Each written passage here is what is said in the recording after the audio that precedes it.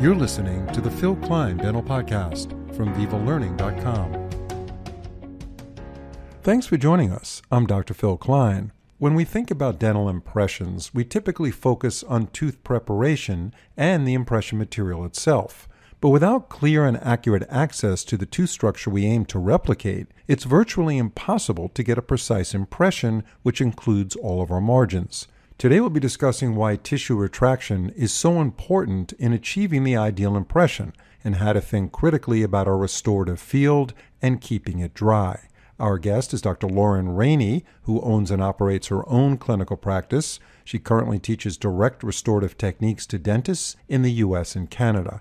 Before we get started, I would like to mention that Dr. Rainey's webinar, titled I Can See Clearly Now, Soft Tissue Retraction Options, is now available as an on-demand webinar on VivaLearning.com. Simply type in the search field Rainey, R-A-I-N-E-Y, and you'll see it. If you're looking to up your game in the art of taking impressions and managing the tissue and fluids in the restorative field, I highly recommend this webinar.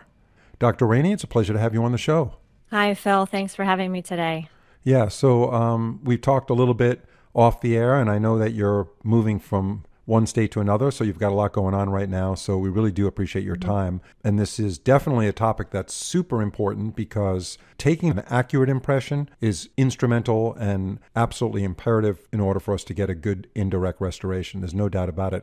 So Let me begin with this question. Some dentists might feel that soft tissue retraction is not as much of an issue now because of the newer impression materials that can tolerate a damp environment. What would be your response to that? Yeah, I'm going to answer that, I think, in two parts. Yes, we're definitely doing impressions, but we're also doing a lot of restorative dentistry that requires just a dry field in general. So even if we do have those products that can thrive in a damp environment, those products aren't necessarily going to be usable everywhere and all the time. Okay. And retraction doesn't just have to do with moisture. It also has to do with the movement of soft tissue, away from the hard tissue that we're either restoring or impressing. And that movement is twofold. One, so we can see what we're doing, and two, to protect and preserve that soft tissue, right? That protection of the soft tissue has to be really intentional and not just an afterthought. We use, as dentists, high-speed rotary instruments very close to some highly vascularized and highly innervated areas. And additionally, I think we forget sometimes that the oral cavity is the opening to the rest of the respiratory and digestive systems. And I believe that's something that we don't think about on a day-to-day basis until we have a real situation on our hands. On the materials side, though, I think of myself first and foremost as a restorative dentist, not just a dentist for adults or a dentist that performs minimally invasive techniques. But when you're restoring people's oral health back to a sustainable, predictable level of health, you have to think about the whole kind of picture. And I work with a lot of adhesives, like many of us do. So yes, impressions are part of it, but adhesives is also another side. And many of these long-term adhesives tend to perform best when we can see what we're doing in a field that's primarily dry. Yeah. So yes, I totally agree with you. Definitely some materials do well in a damp environment, but damp is also kind of a, what does damp mean, right? And when it comes to adhesion, though, there are instances many times where we want the dentin somewhat moist. We just don't want it to be we don't want it to be flooded with saliva, blood, and obviously oral fluids that are going to cause a problem with the adhesive process. So that's interesting because you mentioned retraction as it relates to adhesion. And most of us are thinking retraction is when you're about to take an impression. So how do you use retraction techniques for adhesion? Could you give us a clinical example of that? Sure. I think about using a rubber dam as a retraction device. I think about using an Optrogate or an isolate as a retraction device that protects the soft tissue. It holds the tongue out of the way, the cheeks out of the way, and it's acting, again, in sort of a twofold way. One, to create an area that I can see what I'm doing, and two, protects the patient from, high volatile compounds, whether that be, chemical or stuff that's flying off a high-speed handpiece. So it's interchangeable in some ways when you're talking about retraction and isolation. Correct. Okay. Yes, I would say so. Right. Because we are essentially retracting the soft tissue out of the way. And can be both kind of on a macro level meaning like the tongue, the cheeks, sort of the face, and then on a smaller level when you're taking that soft tissue and pulling it away from a margin and trying to create that restoration that fits at that junction of the soft tissue and the hard tissue, or just subgingival. Yeah. So in terms of soft tissue retraction, when we're talking about actual and impression, how do you decide what retraction technique you're going to use? And I assume you're doing that beforehand. So I'm a list maker by nature. I like to plan ahead and think about all the possible outcomes. Yes, it does keep me up at night, I will admit. But when I do go to a case where I know that retraction is going to be an issue, I usually know it's going to be an issue because I've reviewed the pre-op imaging. So I've looked at bite wings. I've also looked at and PAs. I've looked at also the periodontal health of the area, and that gives me an idea of how much inflammation there may or may not be there before I even do anything. And then also reviewing what retraction, both sort of on that macro level and sort of at the tooth level, has worked well for the patient previously. Like, can they tolerate a rubber dam or an objurgate or an isolate, or what size bite block kept their cheek comfortable that we could actually do the work we needed to without having to stop and get spit and blood and sort of oral fluids in the area. The radiographs always give me a really good idea of how challenging visualization might be. And that doesn't mean that I'm just looking at the tooth. I'm looking at the neighbors. Are they rotated? Is there a history of food impaction? Are the adjacent teeth heavily restored? Like, am I expecting there going to be a lot of soft tissue inflammation? So a lot of times I do think about it beforehand, and I'm using all these little clues. I'm formulating in my head what I think I might run into. And I think the morning huddle is, again, one of those things that I think some of us get away from or don't use them efficiently, but that can be a great time to highlight some of these cases that are kind of coming up in the day so that my assisting team knows to have the particular products ready to go. And usually the combination, again, of looking at the imaging, the perio chart, and what's worked for them before gives me at least a baseline of like, where should we start? Let's say a dentist just practices this way. A patient comes in, they have the retraction materials chairside ready to go, and they look at every patient as the same. Typically, they would put a rubber dam on if they could, and then they would use whatever retraction techniques they use on the local level if they're doing an impression. Why would that not be the same for every patient? And is it a bad thing to just do this routinely for every patient? Then you don't have to plan specifically for a given patient. I don't think it's a bad thing. It's good to know sort of what armamentarium you literally have in your closet or your cabinet. It's dependent, I would say, on the materials that you're using. Like, if you're doing the same procedure with the same materials all the time, then sure, I think that can be your sort of go-to thing. But we all know that every tooth is different and every situation is going to be different. If I'm doing an anterior case with composite or bonding an indirect restoration, I don't want to use something that has, iron in it if I'm trying to control bleeding, because I know that leads to kind of a gray stain on the tissue and can be kind of show through if you have some of these porcelains or ceramics on there. I'm going to choose something with an aluminum chloride in it to help control the bleeding. Something like Voco's retraction paste is great for that because I know it doesn't discolor the tissue, keeps it really nice looking. So if you're putting some veneers in, you don't want them to turn gray immediately after leaving your office. So, I mean, knowing kind of what materials you're using kind of helps also dictate what I'm choosing to sort of set the case up. So how does a dentist best work and train with his or her team to maintain and ensure dry field when taking an impression? Because maintaining a dry field is really critical when it comes to taking an impression. Right. So I think a lot of times those conversations can actually start in your hygiene department. And those hygiene appointments are a lot of places where we start having these conversations with patients about, we are going to need to do a crown, or we're going to need to do a deep class 2 restoration. And that can be a fantastic opportunity to review with the patient before they come back for restorative about how to keep the area clean, whether that's flossing or getting a water pick in there to decrease the inflammation before I even have to touch it. It gives not only the patient, but also the rest of your team some agency in helping that restorative visit go smoothly. Additionally, I'm a huge proponent of having a camera in the operatories. Photographing your work or hooking up an additional monitor to your restorative, like microscope, if you're using one, can really help your assistant who's sitting next to you actually see what you see, right? If you just take a photo, a picture's worth 1,000 words, right?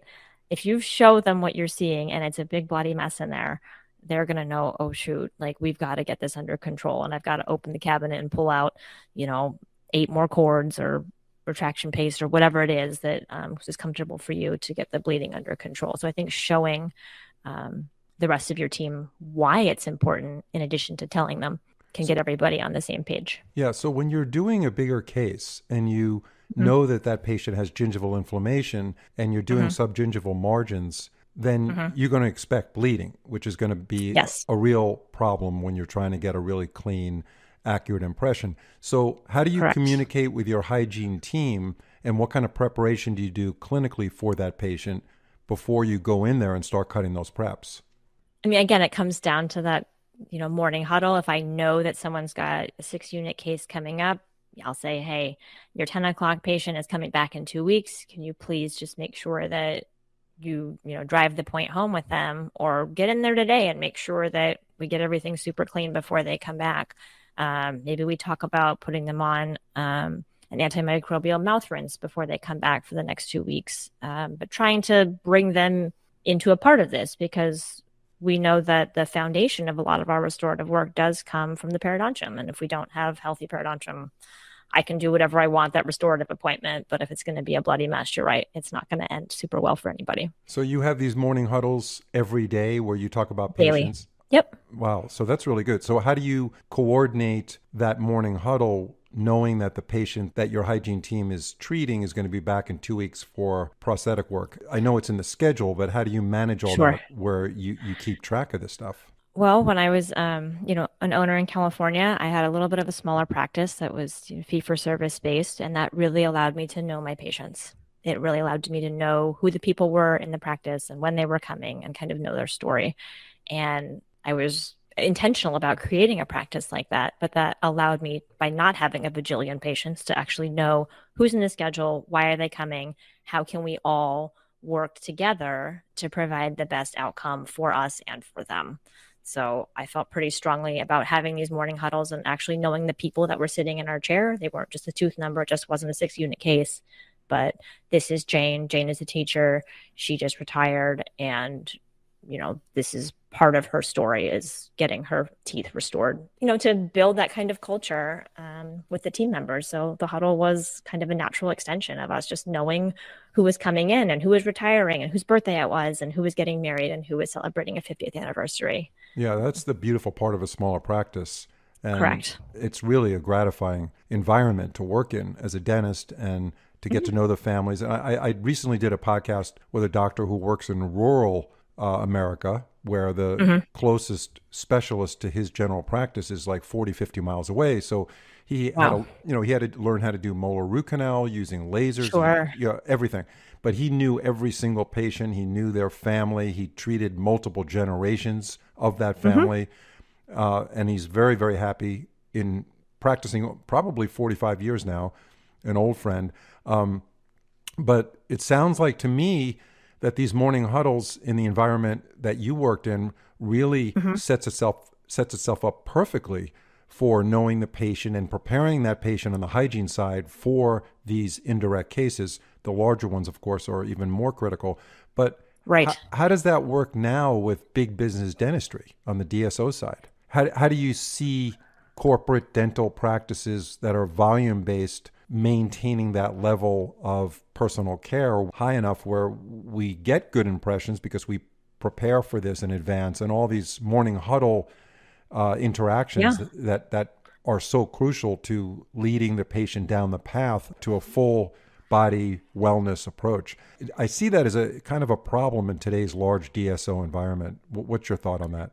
Yeah, I don't work for a large DSO, so it's hard for me to say exactly how, I don't have experience there. But what I can say is I think it really comes down to culture, and there's a trickle down effect there, right? If you're a leader as a dentist on your team and you want to have a culture that supports knowing your patients as people, then you need to do the work and know your patients as people first, and then encourage your assistants to also to know them, and to your hygiene team to know them, and for your front office team to know them. It has to be a group effort. So we diverted a little bit from the conversation. I think it was worth it, though, Dr. Rainey. I really do, because it's so important, like you mentioned, to really know your patient. Now, when it comes to retraction options, are there any magic bullet retraction options that seemingly work every single time? Or And maybe that's why you chose the Voco brand. I don't know if that's the Yeah. reason or if it does or not, but what's your thought on that? Is there a magic bullet out there for retraction options? I mean, wouldn't that be just like the best news if I could shout that from the rooftops? Like, I wish I could say like Absolutely. yes, and it works every single time. Like you said, I have been very impressed with the Voco retraction paste. I thought it was, when I first heard about it, like too good to be true. I've used other retraction pastes in the past where you put it on a cotton roll and kind of like dab it in there, and some of them are really hard to rinse off once you've got it all dabbed in there, and then you irritate the tissue by trying to rinse it off. But this one, I gave it a shot and it works really well. It expresses easily out of the carpule. It is one of those sort of like hygienic single-use products. So that's really great in our sort of post-COVID or concurrent COVID times, being really mindful of hygiene.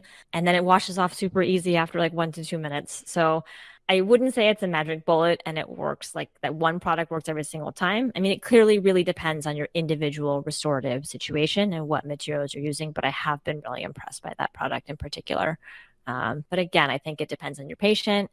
It depends on, the lead up to that appointment, like we've talked about, knowing your materials, like you really got to read the package inserts and understand what is working, how long you're supposed to leave products on the tooth. Are you supposed to air dry them or not? And then whatever outcome you're expecting or need. Also, it comes down to how much time you've got. And I know that's, can always be really variable, but kind of like planning ahead beforehand in order to be successful, I think. Yeah, well, absolutely. Now, what about cord? Do you use cord with this I retraction love paste? cord.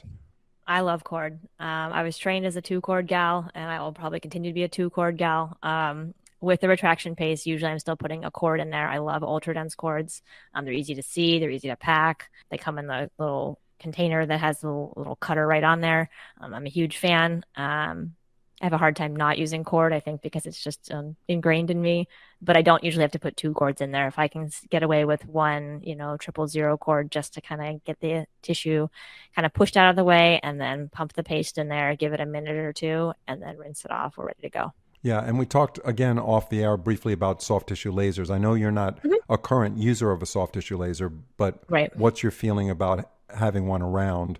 I think they're a great adjunct. I mean, I've had a laser, I've used a laser, I was trained as a resident on using a soft tissue laser, and I think there's definitely instances to do so. And we would be remiss if we didn't bring up soft tissue laser as a retraction option for sure.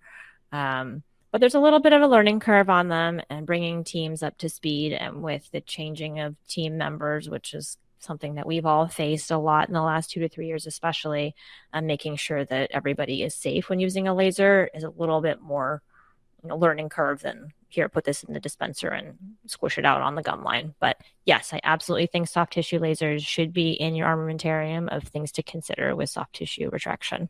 Yeah, and we'll be coming out with a whole bunch of podcasts directly on the topic of lasers. And Fantastic. On those podcasts, I interviewed Dr. Scott Benjamin, who is past president of the Academy of Laser Dentistry, who is really one of the world experts on the use of dental lasers in clinical practice. And of course, he dedicates quite a bit of time to talking about how lasers are used in tissue retraction. So speaking to my audience, look out for those episodes coming up soon.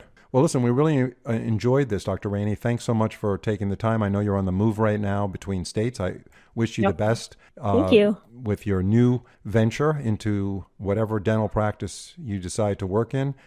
Thank you very much. Yeah, that'll work out great. And we're going to definitely have you back on the show and talk about that, possibly that transition and how you've made that work and other things you do in your practice to streamline getting the right treatment plan on board with the patient and actually following through to have really good, effective, predictable clinical results, which you apparently have had over your career. Thank you so much for joining us, Dr. Rainey. Well, thank you for having me today. I appreciate the opportunity. If you've been enjoying our podcast, we'd love to hear your thoughts and feedback by leaving a review on your favorite podcast platform, whether it's Spotify, Apple, Google, or any other platform you listen on. Leaving a review is a fantastic way to support us and help others discover our show. Thanks for listening. See you next time.